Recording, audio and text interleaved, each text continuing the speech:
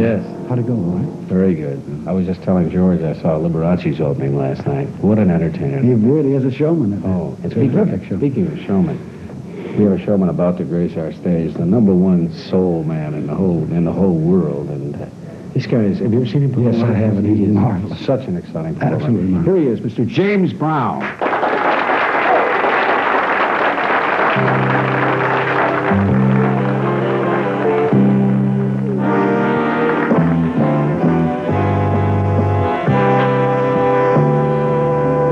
Georgia, oh Georgia,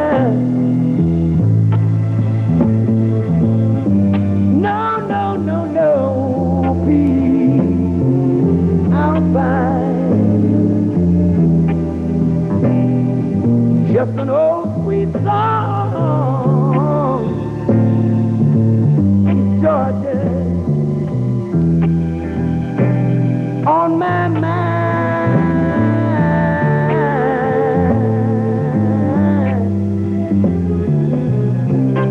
I said, Georgia, I'm from Augusta, Georgia. A song of you comes so sweet and clear, like the moonlight through the pine.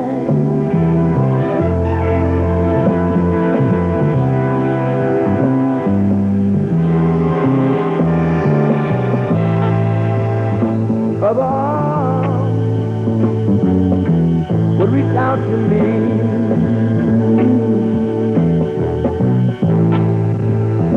and other eyes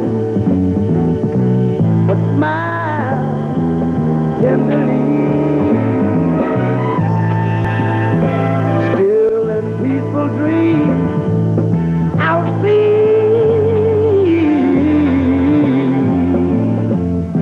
the road leads back to you.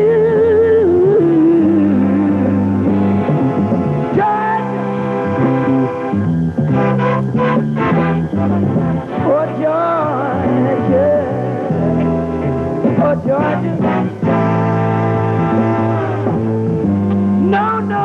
no, please, I'll find it's just an old sweet song. Keep Georgia on my mind.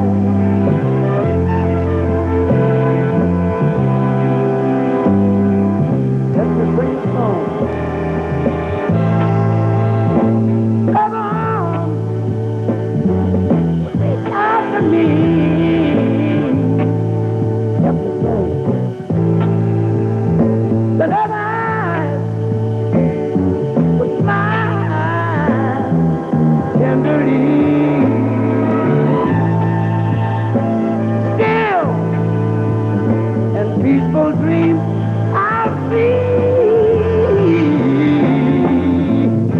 The road leads back to you. Oh, Georgia.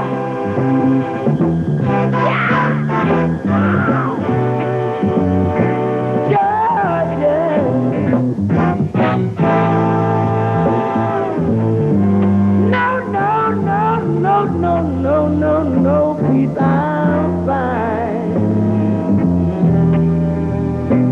Just an old sweet song.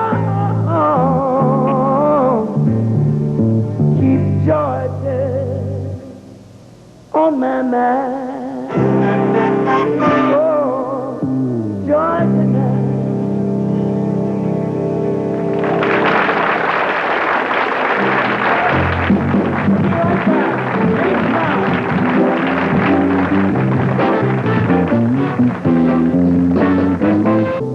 You were just commenting on James's outfit, and I'm sure you ladies have noticed it, and I thought it was denim. He tells me it's It's cotton material. Feels like denim. It's looks like it's very comfortable. Is it, James? Yes, it is.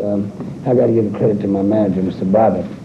He went out and did the shopping, you know. He saw it in the window, and it kind of excited him, you know. He just bought it ready-made for you? Yes, I was glad to, you know. Free, and also get a chance to wear it on the stage and on the show. Very nice. Lots of times, I know that the technical people on the show would rather you didn't, and they don't want anyone to wear white. And yet, on television, it looks sensational, even though I know it's causing them all kinds of I problems. had to beg them. Thanks, fellas. You know, you sang the song Georgia when you were my co-host, and you said at the time, you know, you loved it, and you were going to record it. It's almost up, and he did record it from having done it here. It's almost to 1 million copies. Right. What he just sang for you. I got quite a surprise for you, Mike, and I hope you don't sue me. But we wanted to take the original tape from this show, and it was a mono. That's like 2 tracks, and I guess it's kind of difficult to explain. Can you explain it to me, Mike, about the mono? Can you explain it, Joe? Can you, George? Are you kidding me? What is Well, like? it's like two tapes. One, Yes, and your voice is on one, and the musician's on the other. It's not like one that you would have in the studio. Studio, you have 8, 4 tracks, or 16 tracks. This way you can dub in voices, violins, or what have you. But since we did it from the show, we copied it from the show, we only had 2 tracks, and we had to go and record it over. It's not quite as good as the copy I had here. But we had the introduction by Mike, saying James Brown, and we used it on the record. It's on the record. I got your copy. I haven't received any royalties. Well, wait a minute, I'm kidding.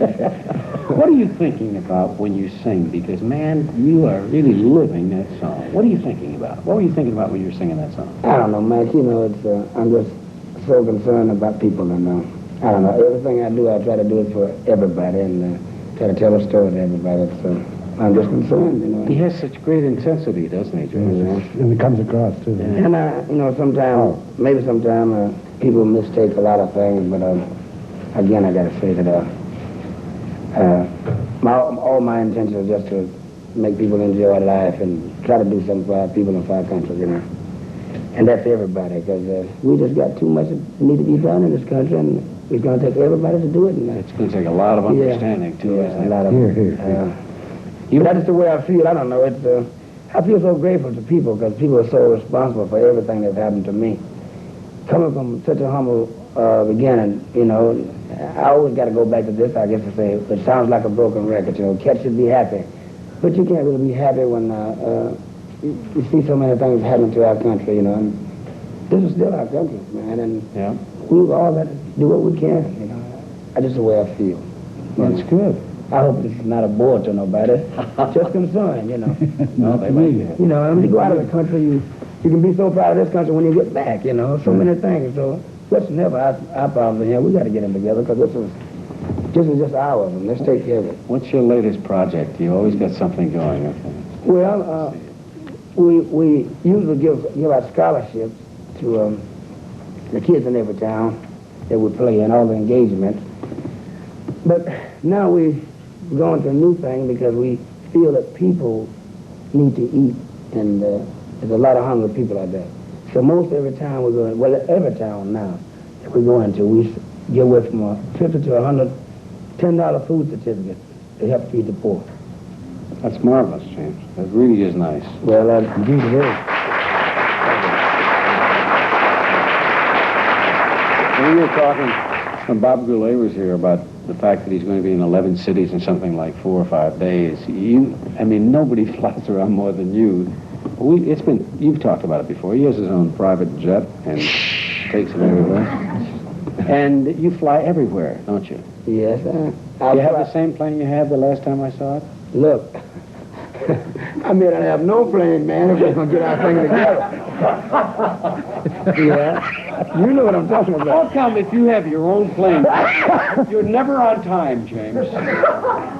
Never on time. Got his own plane. Never on time. Oh, cool.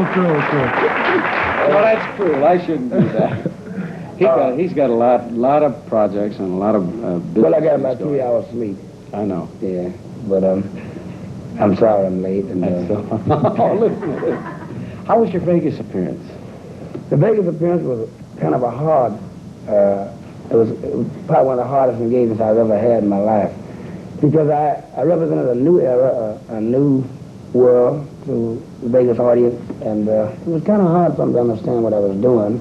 It was a very slow start, and I got to admit one thing, that we went into the worst part of the season. It's like the first week, after Christmas. Oh, boy. Where did you play in Vegas? International Hotel. And that's a big room. And we should have had like a small room, so the vibrations, it's one of those things. You need that bounce back thing. But it ended up very good, and I got to say hi to my friend, Mr. Ralph Pearl. He, I always have a thing out there, but it's in show business, I guess. It's kind of a new era, and the man probably didn't know what I was doing. But It's hard work, too, isn't it? Very hard when you're working. shows. Plus, it's so hard when you're trying to get a message across, I mean, like not a protest or anything. I mean, just a message of saying this is a new thing and try to accept it, It's almost like going from continental suits, short coats to the bell-bottom trousers, You just look out of place, and it takes a little time, but that's what the world is about, and I think everybody should be patient. You brought a new discovery with you today, didn't you? Yes, well, she's not really new. She's a girl that I've had in the past, and she went off the road for a while because she had ailments with some of her relatives, and she's a very nice person and a very good singer. And we're going to introduce her to you out there following these messages. We're coming right back. Here's a young lady, and if we don't get her on soon, she'll be getting her first Social Security check. No, but this is her first appearance on a major television show, isn't it, James? That's right. And I say I feel very proud that you gave her first chance. Well, I'm happy. I always get a kick out of it. At least I know somebody's going to see her, man, but, Good. Here's Miss Vicky Anderson. Would you welcome her, please?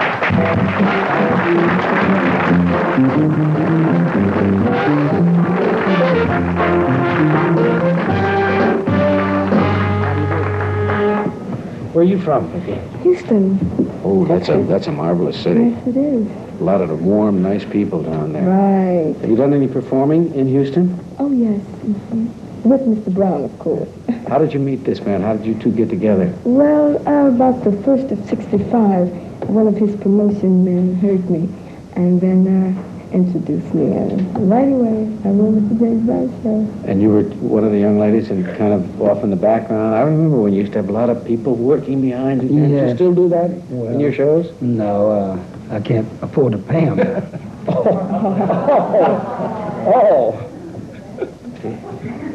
You can't? I can't. You left the road for a while. James was saying you had some family problems. Right. And now, do you feel you're ready for this? I think so. This step as a soloist? Yes. Tell the truth. Are you nervous, Vicky? Right Oh, now? no, because I'm a little hoarse, that's all, but I've been out here quite a while now. James, what Checking so your nose. do you look for when you're looking for new talent, especially? Well, number one, I look for somebody who don't want much money. No, really, He's kidding. He's I look for a person that really want to do it, and I don't want money the first thing that they say. I want them to say, I want to make it.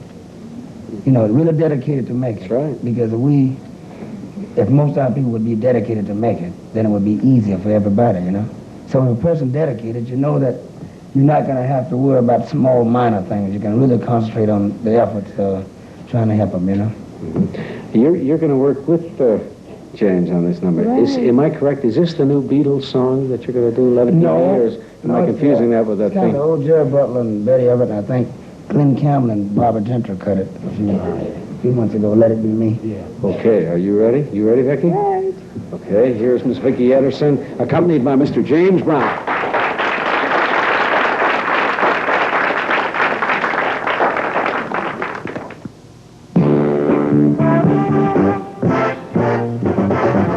God bless the day I found you. I want to stay around you. Now and forever. Let it be me. Don't take this hand of someone. If you must leave someone. Now and forever.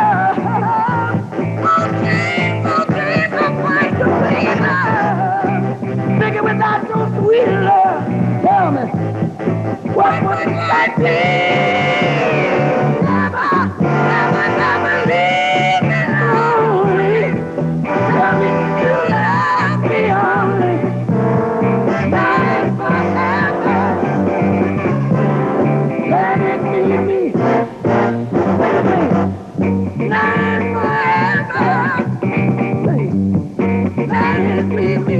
Sing a poor man's song. Now and forever, baby. Sing it, baby. Let it be me. Baby, oh baby, let it. Baby, oh baby, let it. Come on now. Baby, oh baby, let it. Baby, baby, oh baby, let it. Get it. Oh baby, let it. Let it, baby. Let it, baby. Sing the song. Oh baby, let it. Let it. Oh baby, let it. Good job. Get it. Baby.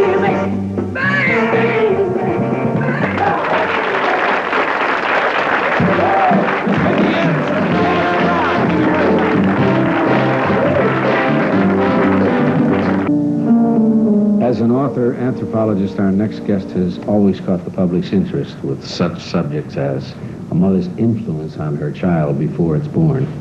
And women are naturally superior to men. And his latest book, which I'm showing you here, The Direction of Human Development. It deals with a word which is unusual in scientific books. The word is love. Ladies and gentlemen, Dr. Ashley Montagu.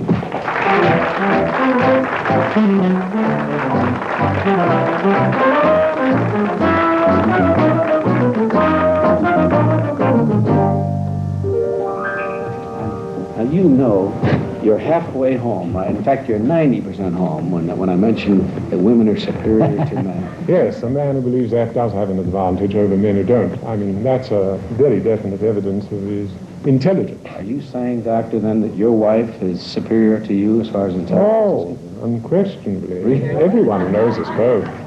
Certainly. How many books have you written during your career as an anthropologist? Oh, well over 30. And how long did you work on this book? Because I'm intrigued that with the book- word that you used. That book I wrote as This is the one that's been revised? Yes. I see. The Direction of Human Development was a course of lectures I was asked to give at Harvard University in 1944.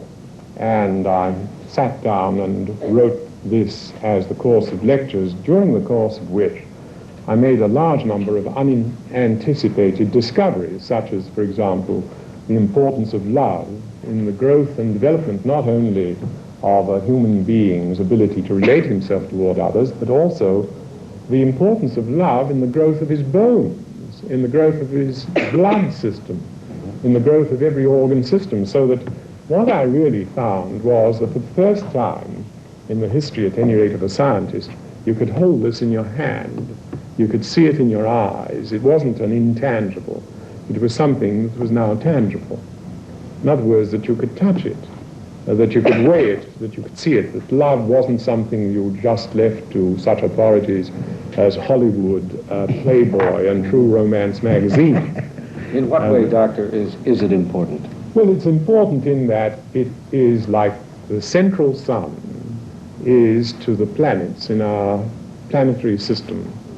The planets revolve around the central sun, and our basic needs revolve around our need for love. If you love a baby and a child, it will grow and develop as the kind of creature who can relate itself warmly and creatively toward others. Let me spell it out. It means the kind of behavior that a loving mother has toward her child when she communicates to that child that she will never commit the supreme treason of letting it down when it most stands in need of it, but that it will be standing by, giving it all the supports and stimulations and everything else it needs for its growth and development into the kind of human being that she is being to him. One who will confer survival benefits in a creatively enlarging manner, not only enable you to live, but to live more fully realized in your own uniquenesses than you would otherwise have been. This is love, and if you can relate yourself like that to others, not only other human beings, but to every living thing, and even the inanimate environment, then you can be said to love it. There's such various ways of showing love, and sometimes if you just see your wife uncovered and you just pull the cover up, I figure Oh, yes. those little ways are Yes. very important. Very important. But of course, one of the things that I discovered in the course of this book was the importance of these little things. For example, the skin. We all know that cats lick their kittens and other animals lick their young, and we say, well, mother is washing the young. Well, I investigated this, and I found it had nothing to do with mothers washing the young, and I got into very intimate terms with cats and dogs and other farm animals, and I asked them, what are you doing? And they told me what they were doing was that they were licking these young in order to prepare them for their ability to function as creatures on their own right. In other words, if they didn't lick their young, they would all die. And anyone can perform this experiment. They lick their young in order to stimulate their skin in such a manner that they begin to function as creatures on their own right. In other words, if they didn't lick their young, they would all die. And anyone can perform this experiment. They lick their young in order to stimulate their skin in such a manner that they begin to function, to breathe properly, to excrete properly, and they will never excrete, by the way, at all, unless they're licked. So it's vitally necessary. So I asked myself, well, human mothers don't lick their young, what happens instead?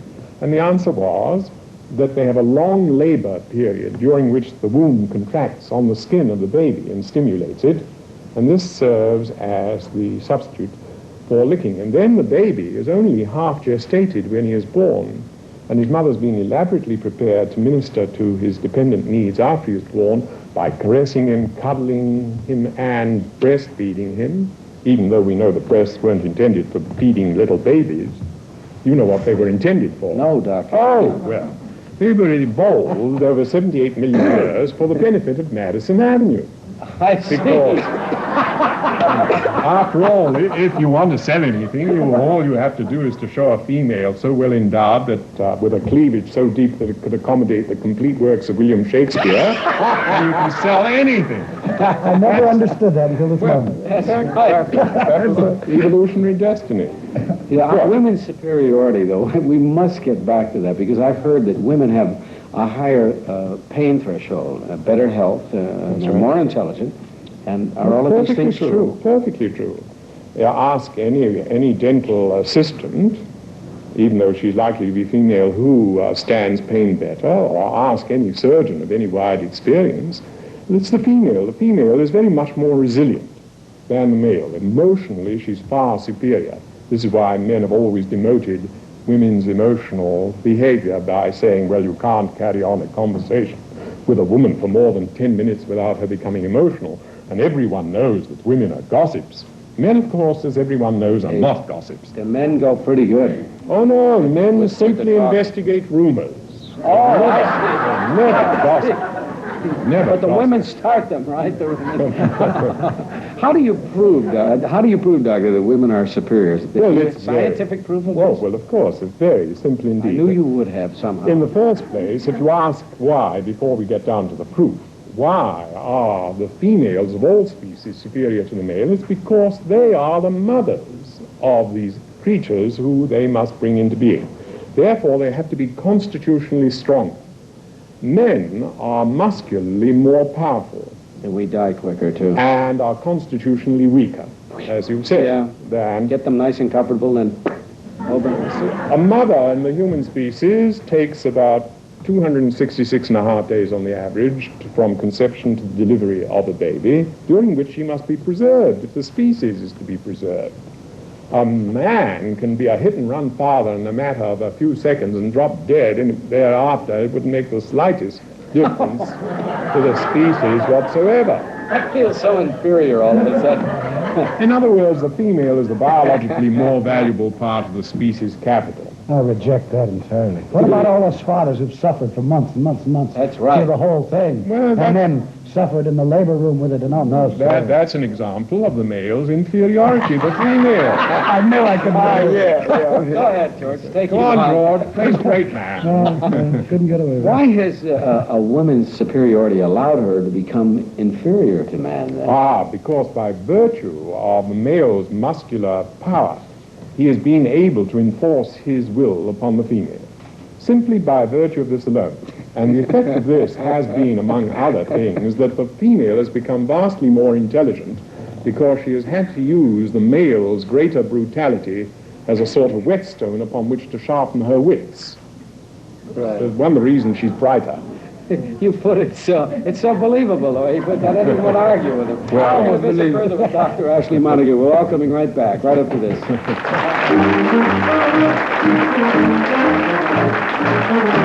James, do you feel women are superior?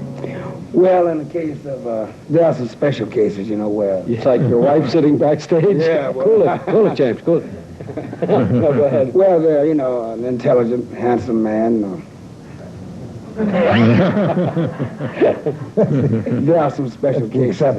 So my wife backstage can, you know, get together. Well, a superior man generally marries a superior woman.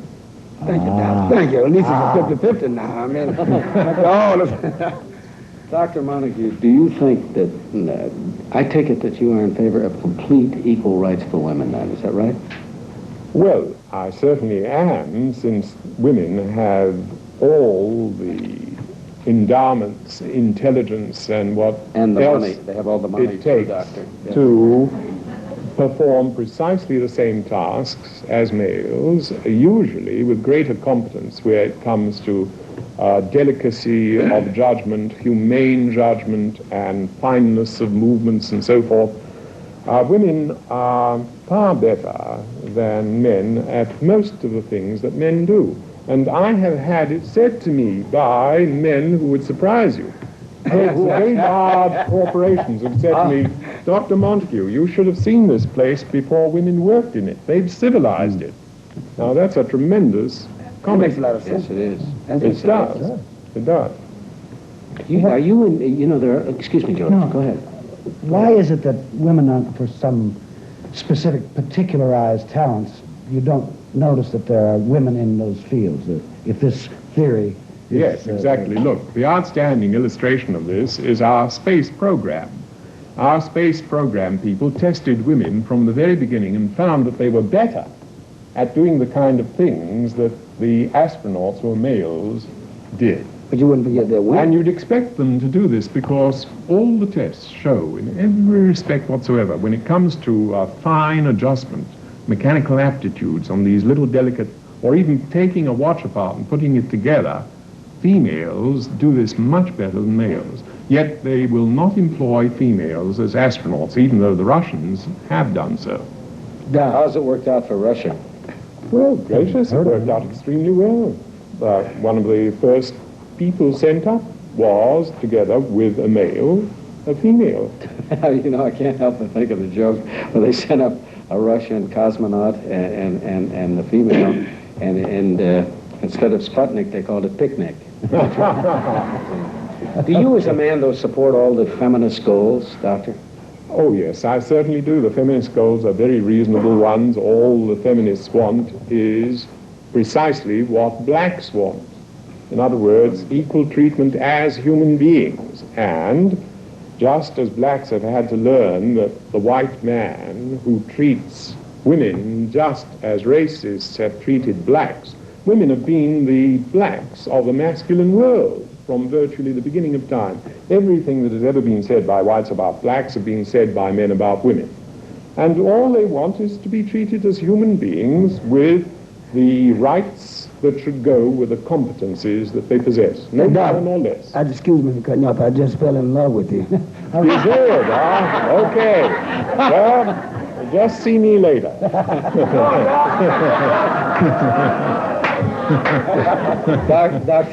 Dr. Montagu, should a woman have a child without a father if she wants? Why not? Good gracious, we belong surely in an age where we are no longer, or should, as intelligent people, no longer be victimized by what was once very sound for earlier ages. Namely, there was a time when it was very undesirable for a woman to have a child out of wedlock, for the simple reason that that child had no legal father and you couldn't incorporate it into the society in which you lived.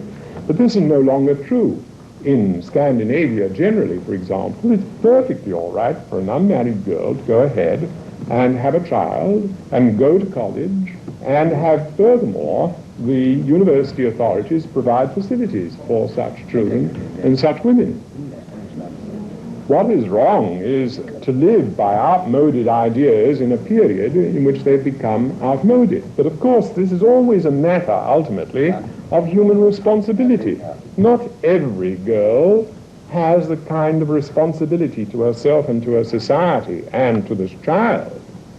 I mean, for example, I wouldn't allow every person who wanted to get married any longer. I wouldn't grant them a marriage license. At most, I would grant them a learner's permit. That's all. And by that, I don't mean go ahead and learn how to behave promiscuously. On the other hand, I mean by that, go ahead and learn how to behave like a responsible human being who can discharge his obligations to another human being, namely your spouse, responsibly. And the same holds true for having children. I'm not any Tom, Dick, or Harry who chooses to have a child is competent to have the child. After all, if you want to drive an automobile, you have to give evidence of your capacity to do so to a licensed authority. It was appointed by the state. But the most important job in the world, namely the making of another human being, we consider anyone is competent to do that, with the results that we have in a world which is on the very brink of extinction. At most, if we go on this way, we have another 30 years. You know, so many people have said that and made that kind of statement, and nobody reacts to that. I am shocked when I hear that, you know, because I think immediately of my children, you know. Well, of course. And their children. It's absolutely frightening. To be a human being is the most responsible job on this earth, bar none, because this is the creature who, by virtue of his educability, can learn more nonsense and worship that nonsense as if it was sound, and then create the havoc in the world which he has done, namely, for example, the nonsense that being a good American means that I have the right to go ahead and do what I like. Well, that's absolute rubbish. No government can guarantee its citizens the right to do what they like. What a society should guarantee the individual is the right to be able to do what he ought. And what he ought to do is to behave as if he were a loving creature, not only to other human beings, but to the whole of the world in which he finds himself, so that he couldn't sit on his bulldozer singing America the Beautiful and pledging allegiance to the flag by putting his right hand on his shoulder or his spleen, and go out and behave the way he does toward the beauty of this country, to bulldoze it into the primeval mud and to deprive other human beings because they belong to this religion or their skin color is that color or whatnot, of their right to their birthright, which is the development of their potentialities as human beings. And therefore, we have to realize this, namely that you just can't go ahead and interpret democracy as the form of government in which you can exploit everything for what you can get away with. And this is what most Americans have done. And this is why I, who am a foreign-born American, regard most Americans as American-born foreigners. Interesting. How long have you been a citizen of this country, Doc? Oh, since 1940. You were born in England? Born in England, yes. I was born and miseducated in England and re-educated in America. Oh, well, you just won us back. Thank you, Dr. Montagu, and the title of the book is The Direction of Human Development. Thank you so much for being with us. Thank you. Dr.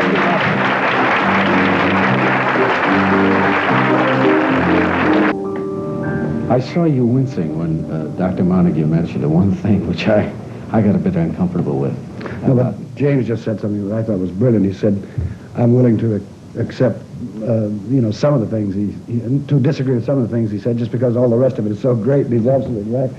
But all I said was that I couldn't agree about the fatherless children thing. I think fathers are horribly necessary, and everybody I've always known, anybody I've ever known who was in trouble because of the fact he didn't have a father or had a rotten father. That's all I agree.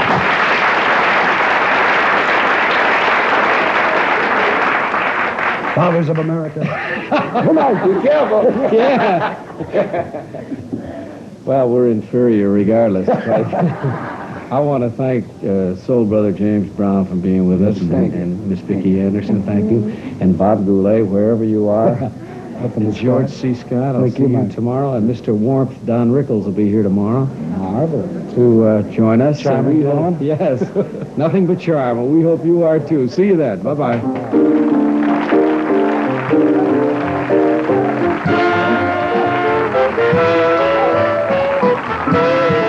Automobiles provided by Chevrolet, featuring the Impala Sports Sedan, luxury and performance in a big car. Get on the move with the big one of the Chevrolet 70s, Impala. Guests of the Mike Douglas Show stay at Philadelphia's Warwick Hotel.